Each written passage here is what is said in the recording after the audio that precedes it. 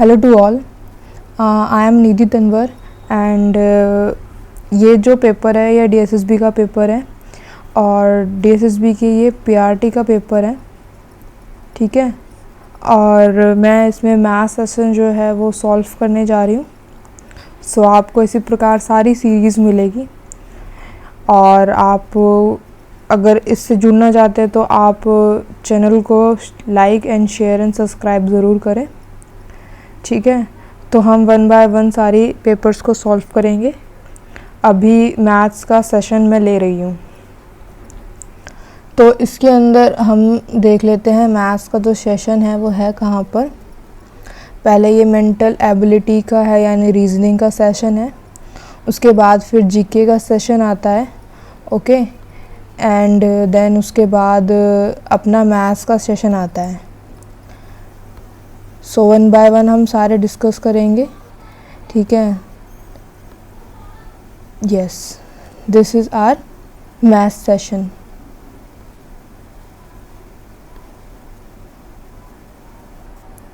पूरा डिटेल के साथ डिस्कस करेंगे, आपको किसी भी तरह की कोई परेशानी नहीं होगी, ठीक है। और मैं पूरा अच्छी तरीके से समझाने की कोशिश करूँगी।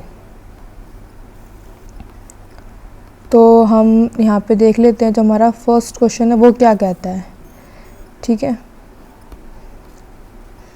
देखिए क्या कह रहा है,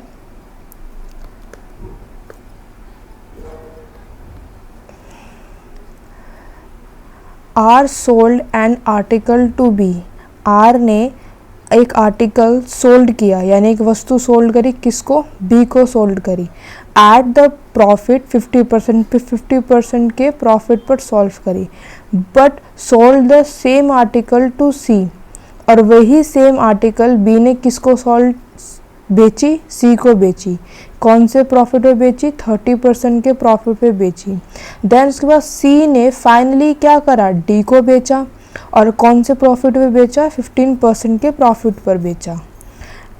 if R purchase this article for, purchase यानी खरीदा, उसने बॉट किया कितने का? 100 का बॉट किया। Then at what price D purchase this article from C. तो डी ने ये आर्टिकल कितने में खरीदा? सी से। तो सब ये बहुत कॉम्प्लिकेटेड तरीके से दे रखा है, बट हम इसको सिंपल वे में करेंगे, ठीक है। तो फर्स्ट ऑफ ऑल इसको लिखते कैसे है? जब भी एक छोटा सा कॉन्सेप्ट आप याद रखना, जब हम जो भी वैल्यू लेते हैं सीपी की, वो लेते हैं हम हमेशा 100 लेते हैं, ठीक है। मतलब कि सीपी मतलब अपने आप में पूरा है, वो 100 है, ठीक है। अब इन्होंने यहाँ पे ऑलरेडी 100 दे रखा है तो हमें लेने की ज़रूरत नहीं है। अगर नहीं दे रखा होता आर का तो हम 100 मानते, तो आर ये परचेस हो जाएगा। मगर उसने सोल्ड कितने में किया है? 50% मोर में किया है ना। मतलब कि आर की वैल्यू यहाँ पे 10%, 100 की वैल्यू 100 में दे रखी है और उन्होंने कितने परसेंट का मांग रखा है? 150 का मांग रखा है। अब हम इसको सॉल्व कैसे करेंगे? या हम रेशियो से कर रहे हैं सॉल्व। देखिए जो 100 है वो हम यहाँ पे लिखेंगे, ठीक है। और ये वाला जो 100 है, ये वाला 100 हम इसके नीचे लिख देंगे। अब उसके बाद हम इसको कहाँ लिखेंगे? जो हमें चाहिए 150 की वैल्यू चाहिए, तो हमने यहाँ पे 150 की वैल्यू लिख दी। ये तो इससे कैंसिल हो जाएगा, तो क्या आया हमारा आंसर? यहाँ पे 150 आ गया, ठीक है। 150 जब यहाँ पे इसका आंसर आएगा तो ये जो आया यहाँ पे परचेस वाला, वो किसका है? वो है बी का। यानी आर ने जो बी को वैल्यू, जो एक आर्टिकल है अपना 100 का खरीदा और उसने बी को कितने में दिया? 150 में दिया। अब उसके बाद बी ने परचेस किया वही आर्टिकल सी में। तो अब यहाँ पे आप देखो, जो आर का 100 जो था वो आर्टिकल 100 आर्टिकल था, मगर बी के लिए वही आर्टिकल कितने का? 150 का हो गया। दैट मीन्स मैंने अभी आपको बताया कि जो सीपी है वो क्या है? 100 होता है। और 100 की यहाँ पे वैल्यू क्या दे रखी है? बी के केस में, बी के केस में यहाँ पे 100 की वैल्यू 150 दे रखी है, ठीक है। अब यहाँ पे कितने का प्रॉफिट करा रखा है, यानी कितने का लाभ करा रखा है? तो 30% का लाभ करा रखा है। तो 30% यानी हम 100 में 30 प्लस करेंगे तो कितना आ जाएगा हमारा? 30। ठीक है, यानी 130 हो जाएगा। अब उसके बाद सेम वही प्रोसेस जो ऊपर किया, यहाँ पे 150 लिखा, नीचे यहाँ पे क्या लिखा 100 लिखा, देन उसके बाद जो हमें चाहिए, हमें इसकी वैल्यू चाहिए, हमने यहाँ पे लिख दिया। अब हम इसको सॉल्व करेंगे तो 0 से 0 कैंसिल, ये वाले 0 इससे कैंसिल, और जब हमने 15 को 13 से मल्टीप्लाई किया तो हमारा जो आंसर आया है वो आया है 195। कितना आंसर आया 195। यानी बी ने जो सी को दिया, सी को जो दिया वो कितने में दिया 195 में दिया। ठीक है, अब जो सी ने खरीदा, सी के लिए वही चीज क्या हो जाएगी, उसकी सीपी हो जाएगी, है ना। यानी अब यहाँ पे जो सी, अगर यहाँ पे सी की सीपी देखेंगे तो वो क्या है 100 की वैल्यू, 100 की वैल्यू क्या दे रखी है 195 दे रखी है। और यहाँ पे कितने का परसेंट निकालना है, यहाँ पे क्या दे रखा आपको कि सी ने डी को दिया 15 में, तो यहाँ पे 15 हम प्लस कर लेंगे। अब जब हम इसको, अब हम यहाँ पे लिखेंगे, ठीक है, और इसके नीचे क्या डाल देंगे हम 100 डाल देंगे,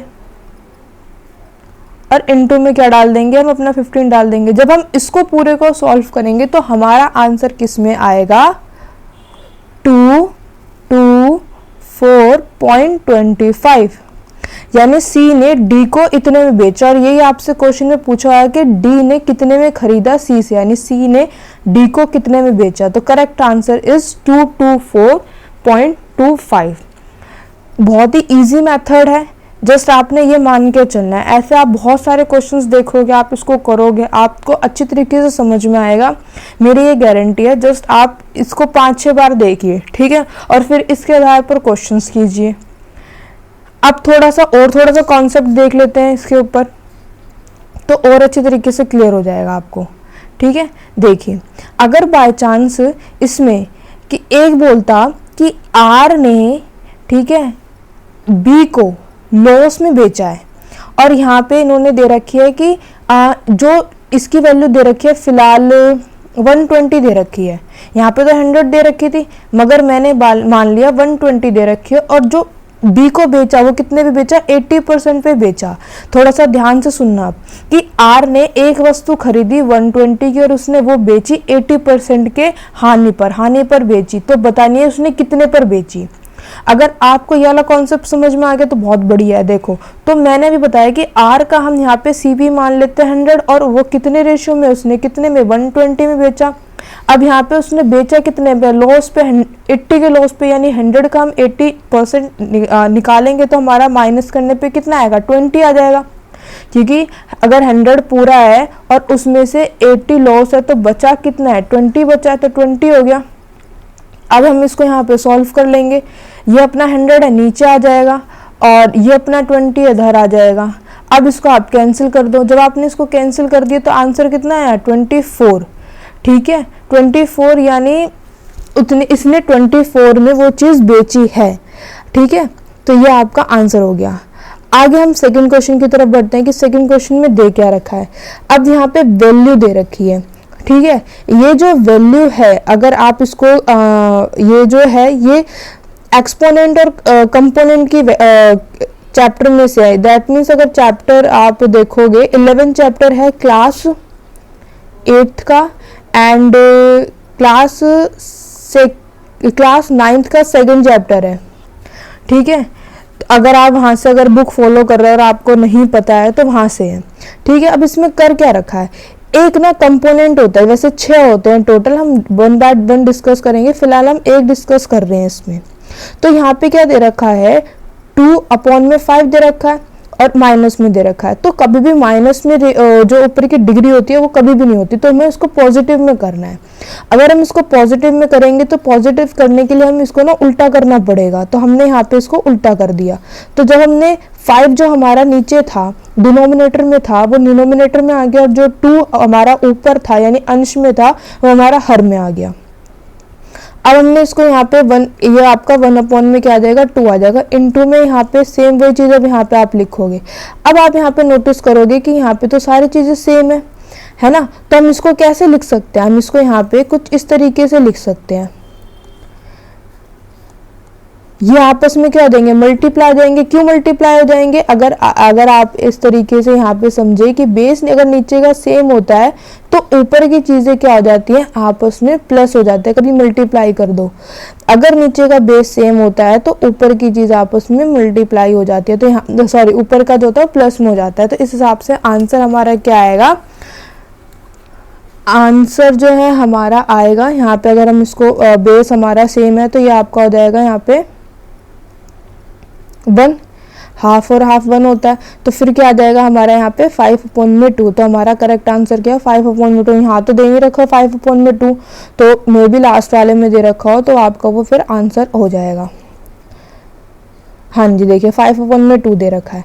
अब उसके बाद हम थर्ड क्वेश्चन पे बढ़ते हैं। तो थर्ड क्वेश्चन है ना, अगर परसेंटेज की वैल्यू किसी को नहीं पता होगी, अगर परसेंटेज की वैल्यू नहीं पता होगी ना तो आप इसको सॉल्व नहीं कर सकते। तो मेरी रिकमेंडेशन ये होगी, या तो आप वैल्यू को याद कर लीजिए या तो फिर इनकी बार बार प्रैक्टिस कीजिए, तो अपने आप आपको याद हो जाएगी। देखिए अब यहाँ पे है क्या, वैल्यू कहती क्या है, जैसे कि जो 16/66% है, तो जो इसकी वैल्यू होती है वो होती है 1/6। याद कर लेना, जो 16.66% होती है उसकी वैल्यू क्या होती है 1/6 होती है, इनटू। अब उसके बाद इसकी वैल्यू कितनी होती है 12.5%। अगर इसकी वैल्यू देखते हैं तो इसकी वैल्यू होती है 1/8। ये याद करनी पड़ेगी, मैंने भी याद की हुई है। अब उसके बाद यहाँ पे क्या 30%, तो 30% आप इस तरीके से लिख लीजिए।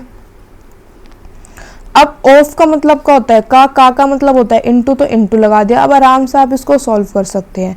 जब आप इसको सॉल्व करेंगे तो आपका आंसर क्या आ जाएगा 4 आ जाएगा, ठीक है। यानी 0 से 0 यहाँ पे कैंसिल हो गया, इस 0 से ये कैंसिल हो गया। 8 के टेबल में कब आता है 8 पर आता है। उसके बाद फिर यहाँ से हम करेंगे 3 के टेबल में 6 2 पर आता है, और 2 के टेबल में ये कितने पर आता है 4 पर आता है। तो हमारा आंसर 4 हो गया। हम नेक्स्ट क्वेश्चन की तरफ बढ़ते हैं। फोर्थ क्वेश्चन, बहुत बढ़िया क्वेश्चन दे रखे हैं डीएसएसबी ने पीआरटी के लेवल पर। अगर आपको इसकी प्रैक्टिस नहीं होगी तो आप इसको सॉल्व नहीं कर पाएंगे। तो तैयारी भैया शुरू कर दीजिए इसको करने की, सॉल्व करने की। अब यहाँ पे देखिए क्या दे रखा है, 3 पार्टनर्स दे रखे हैं PQR। पार्टनर्स यानी पार्टनरशिप वाले चैप्टर में से लिया गया है। PQR shares profit such that 6 times of P, यानी P का कितना है 6 टाइम्स है, तो P का हमने ले लिया यहाँ पे 6 टाइम्स। अब उसके बाद यहाँ पे क्या दे रखा है इज इक्वल, तो इक्वल कर लिया कितना 4 टाइम्स कितना Q का, तो Q लिख लिया, ठीक है। उसके बाद यहाँ पे कितना है 12 टाइम्स कितना शेयर ऑफ द R, तो R का लिख लिया। अब इसके बाद इस रेशियो की यहाँ पे क्या बतानी है, प्रॉफिट बताना है कि किसका कितना होगा, PQR के यहाँ पे रेशियो बतानी है। तो फर्स्ट ऑफ ऑल आप इसको सॉल्व कर लीजिए। अगर आप इसको काटोगे 2 के टेबल में सब आता है तो क्या आ जाएगा अपना 3P, और फिर उसके बाद 2Q, और उसके बाद फिर आ जाएगा यहाँ पे 6R, ठीक है। अब हमें चाहिए यहाँ पे PQ की वैल्यू चाहिए, तो P यहाँ पे अपना लिखा और Q यहाँ लिख दिया, ठीक है। तो P के सामने क्या है 2 है, तो 2 वैल्यू होगी, और Q के सामने क्या है अपना 3, तो 3 वैल्यू होगी। इस तरीके से आप इसको सॉल्व कर सकते हैं। उसके बाद हम लेते हैं Q और R का कॉम्बिनेशन, Q और R का कॉम्बिनेशन।